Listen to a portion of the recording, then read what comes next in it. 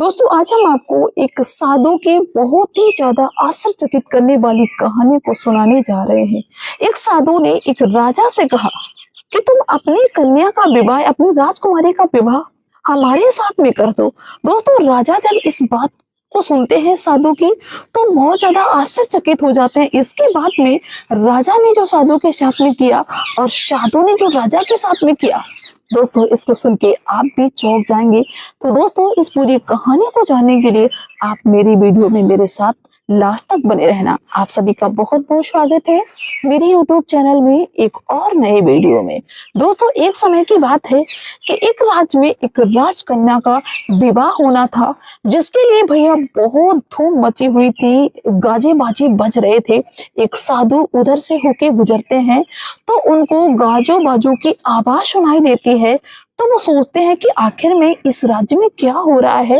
वो राजा के पास में जाते हैं साधु, और राजा के पास में जाके राजा से पूछते हैं कि भला यहाँ पे इतने गाजे बाजे क्यों बज रहे हैं, यहाँ पे क्या होने वाला है। तब दोस्तों वो राजा कहता है कि आज मेरी राजकन्या का विवाह है, मेरी बेटी का विवाह है, इसीलिए ये उत्सव मनाया जा रहा है और गाजे बाजे बज रहे हैं। दोस्तों वो जो साधु थे वो कुछ ना सोचते हैं ना विचारते हैं, अचानक से उस राजा से कह देते हैं कि तुम अपनी कन्या का विवाह, अपनी राजकुमारी का विवाह हमारे साथ में कर दो। दोस्तों राजा जब इस बात को सुनते हैं तो बहुत ही ज्यादा आश्चर्यचकित हो जाते हैं, लेकिन वो सोचते हैं कि जो साधु हैं ये मुझे बहुत ही ज्यादा तपस्वी लग रहे हैं, ये ऐसे क्यों बोल रहे हैं। अगर मैं इनको मना कर दूंगा कि नहीं, अपनी बेटी की शादी हम तुम्हारे साथ में नहीं करेंगे, पता नहीं ये कौन सा मुझे श्राप दे दें। तो राजा सोचता है कि अब मुझे ऐसा कुछ करना होगा जिसके चलते ये साधु नाराज भी ना हो और इनका अपमान भी ना हो और मेरी कन्या का विवाह भी इनके साथ में ना हो। दोस्तों राजा ये विचार बनाते हैं और साधु उनके सामने वहीं पे खड़े हैं। राजा साधु से कहते हैं कि ठीक है, हम अपनी कन्या का विवाह तुम्हारे साथ में कर देंगे, लेकिन उससे पहले तुम्हें मेरी एक शर्त को पूरा करना होगा। दोस्तों साधु कहते हैं कि बताओ तुम्हारी कौन सी शर्त है, हम तुरंत ही पूरा कर देंगे। दोस्तों राजा अंदर जाते हैं और अंदर से दो ऐसे मोती लेके आते हैं जो मतलब एक मुर्गे के अंडे के आकार के थे, और उनमें इतनी चमकती कि शायद है कि उस तरह के मोती कहीं भी ना मिले। दोस्तों राजा मन में विचार बनाते हैं कि मेरे पास सिर्फ ये दो ही मोती हैं और ये बेशकीमती हैं, और शायद है कि इन मोतियों के जैसा दूसरा मोती कोई होगा ही नहीं। अब हम ऐसी शर्त रखते हैं जिसको ये पूरा नहीं कर पाएंगे।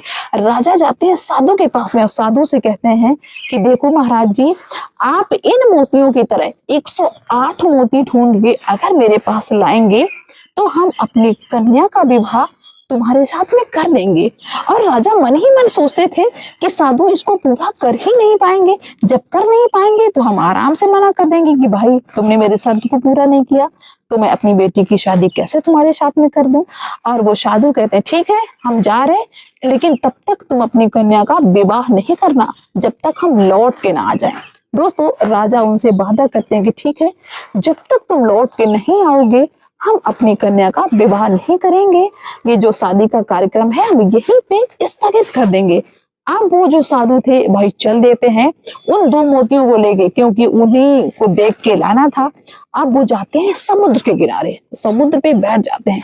इसके बाद में क्या करते हैं, वो सोचते हैं कि इस तरह के मोती समुद्र में ही मिल सकते हैं। अब समुद्र में भाई इतना पानी भरा हुआ है, ढूंढेंगे कैसे। तब वो क्या करते हैं कि समुद्र के पानी को, साधु जी समुद्र के पानी को उलीचने लगते हैं, बाहर निकालने लगते हैं एक तरफ से दूसरी तरफ। और वो इतना मन से तन से कर रहे थे कि मतलब सारी सृष्टि ऐसा लगे, पूरी धरती ऐसा लगे कि हिलने लगी है, भूचाल आने वाला है।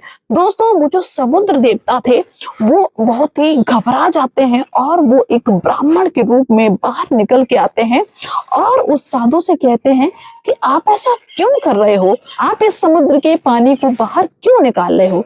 तब वो साधु कहते हैं उन मोतियों को दिखाते हुए कि मैंने राजा से वादा किया है, मुझे उनकी बेटी से शादी करनी है और उन्होंने ऐसे ऐसे शर्त रखी इस तरीके की मुझे 108 मोती ढूंढने हैं और इस इतने बड़े समुद्र में हम कैसे ढूंढ पाएंगे, इसलिए हम समुद्र को ही खाली कर रहे हैं, तब तो जाके मुझे वो मोती मिलेंगे।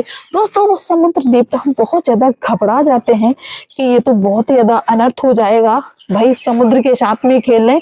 और समुद्र देवता कहते हैं ब्राह्मण के रूप में जो बने थे कि अगर तुमको मोती वो मिल जाए तब क्या करोगे। तब वो साधु कहते हैं कि मुझे मोती मिल जाएंगे तो मैं चला जाऊंगा, मुझे का कोई शौक है या समुद्र से बैर है जो मैं समुद्र के पानी को इधर से उधर करूंगा। दोस्तों समुद्र देवता जो थे वो एक लहर उठाते हैं समुद्र से और उस लहर में इतने सारे मोती आ जाते हैं, मोतियों का ढेर लग जाता है। और वो ब्राह्मण रूपी जो समुद्र देवता थे साधु से कहते हैं कि लो इनमें से मोतियों को ढूंढ लो जैसे तुम्हें चाहिए होंगे। दोस्तों वो साधु खुशी खुशी उन ढेर में से वैसे ही मोतियों को ढूंढने लगते हैं और 108 मोती जब उनको मिल जाते हैं तो वहां से चलने लगते हैं। समुद्र देवता कहते हैं कि और ले लो एक दो, तो वो साधु कहते हैं नहीं अब हम क्या करेंगे, फालतू में वजन ढोके हम क्यों ले जाएं, मुझे जितने की जरूरत है हम उतने ही ले जाएंगे। और वैसे ही मोती लेके भाई वो साधु चल देते हैं और दरबार में पहुंचते हैं और राजा से कहते हैं कि देखो हम वैसे ही 108 मोती लेके आए। दोस्तों राजा देखते हैं तो राजा चौंक जाते हैं। राजा कहते हैं कि भाई ऐसे मोती तो अभी तक कोई ढूंढ ही नहीं पाया, ये आखिर में कहाँ से ढूंढ के लाए। राजा को बहुत ज्यादा आश्चर्य होता है। दोस्तों राजा मन ही मन में ये सोचने लगते हैं कि ये साधु तो बहुत ही ज्यादा पहुंचे हुए हैं, हमें लगता है कि इनके पास में बहुत शक्ति है, तो अपनी कन्या का विवाह इनसे करने में कोई हर्ज नहीं है, क्योंकि जब इतने प्रतापी हैं, इतने महान हैं, इतने इनके अंदर शक्ति है, तो भला मेरी बेटी के ऊपर कोई कष्ट कैसे आ सकता है। इनसे अपनी बेटी का विवाह तो कर ही देंगे। लगे लाग ऐसा करते हैं कि एक काम अपना और निपटवा लेते हैं। राजा ये विचार करने लगे, राजा ये सोचने लगे कि जो मेरा पड़ोसी राजा है, तो ऐसा करते हैं राजा तो खत्म हो गया लेकिन उनका बेटा रह गया, यानी कि राजकुमार रह गया। अगर वो राजकुमार भी खत्म हो जाए तो फिर भाई उस राज पे हम कब्जा भी कर सकते हैं और हमारी दुश्मनी भी खत्म हो जाएगी, सब कुछ मेरे हिसाब से चलेगा। यही एक मेरा और कांटा है, जब ये इतने पहुंचे हुए हैं तो ये काम तो ये चुटकियों में कर देंगे। दोस्तों राजा ये विचार बनाते हैं और उन साधु से कहने देते कि महात्मा जी मेरा एक और काम है। मैंने कहा था कि जो अमुक राज है उस राज्य का जो राजकुमार है उनका सर जो लाके मुझे देगा, मैं उसी के साथ में अपनी बेटी का, अपनी कन्या का विवाह करूंगा। अगर आप ये काम कर सकें तो मैं अपनी बेटी के साथ में आपका विवाह अवश्य करा दूंगा। दोस्तों साधु जब इस बात को सुनते हैं तो साधु कहते हैं अरे भाई ये कौन सी बात, ये तो काम चुटकियों में हो जाएगा। और राजा को विश्वास भी था कि नहीं ये काम हो जाएगा। और वो साधु भी उस कन्या से विवाह करने के लिए इतने ज्यादा भैया उतावले थे कि दोस्तों वो साधु चल लेते हैं उस राज्य के लिए जिस राज्य के राजकुमार के शर्त के बारे में बात करी थी। दोस्तों साधु वहां पहुंचते हैं, राजमाता के पास में पहुंचते हैं तो राजमाता जो थी वो इन साधु को पहले से ही जानती थी, क्योंकि उन साधु के दूर दूर तक चर्चे थे। तो वो बड़ा आदर के साथ में बिठाती हैं और कहते हैं कि बताइए प्रभु क्या आज्ञा है, क्या आदेश है, हम आपके लिए क्या कर सकते हैं। तब वो साधु कहते हैं कि देखिए मुझे आपके राजकुमार का सर चाहिए, और वो पूरी बात बता देते हैं। अब राजमाता जब इस बात को सुनती है तो वो थोड़ा सा हैरान हो जाती हैं, उनके मतलब प्राण से सूख गए कि ये क्या मांग लिया। लेकिन वो मन ही मन सोचती हैं ये मेरे राजकुमार के साथ में अहित तो कर नहीं सकते हैं, ये इतने प्रतापी हैं, लेकिन इसके बावजूद भी अगर ये सर मांग रहे हैं तो इसमें कोई बहुत बड़े वजह होगी जिसके चलते वो राजमाता मना नहीं कर पाते हैं। और वो राजमाता ये कहने लगती हैं कि जो राजकुमार है इसको पूरा का पूरा ले जाओ, सर ले जाने की क्या जरूरत है, इसको ही अपने साथ ले जाओ, वो तुम्हारा ही है। दोस्तों राजमाता उस राजकुमार को साधु को सौंप देती हैं। अब साधु उस राजकुमार को साथ में अपनी जिंदा लेके पहुंचते हैं वहां पे और राजा के सामने जाके कहते हैं कि देखो तुमने तो सिर्फ सर की बात करी थी कि उस राजकुमार का सर लेके आओ, मैं तो पूरे राजकुमार को ही लेके आया हूँ, अब तुम जो चाहो वो उनके साथ में करो। अब दोस्तों वो राजा बहुत ज्यादा खुश हो जाता है कि ये तो संत बहुत ही अच्छे हैं। और वो भाई विधि विधान के अनुसार अपनी बेटी की शादी कराने के लिए तैयार हो जाते हैं। मंडप पे वो साधु पहुंचते हैं और वो राजकुमारी पहुंचती हैं और भैया पंडित जी बैठ जाते हैं मंत्र उच्चारण करने के लिए। दोस्तों मंत्रों का उच्चारण होने लगा था, आसपास बहुत सारी भीड़ लगी हुई थी और वो राजकुमारी भी मंडप में बैठी हुई थी, साधु भी बैठे हुए थे और राजकुमार भी वहीं पे बैठा हुआ था। तभी अचानक से साधु बोल पड़ते हैं सबके बीच में कि जोड़ी तो इस राजकुमारी और इस राजकुमार की ही जम रही है, हम तो फालतू में ही विवाह कर रहे हैं।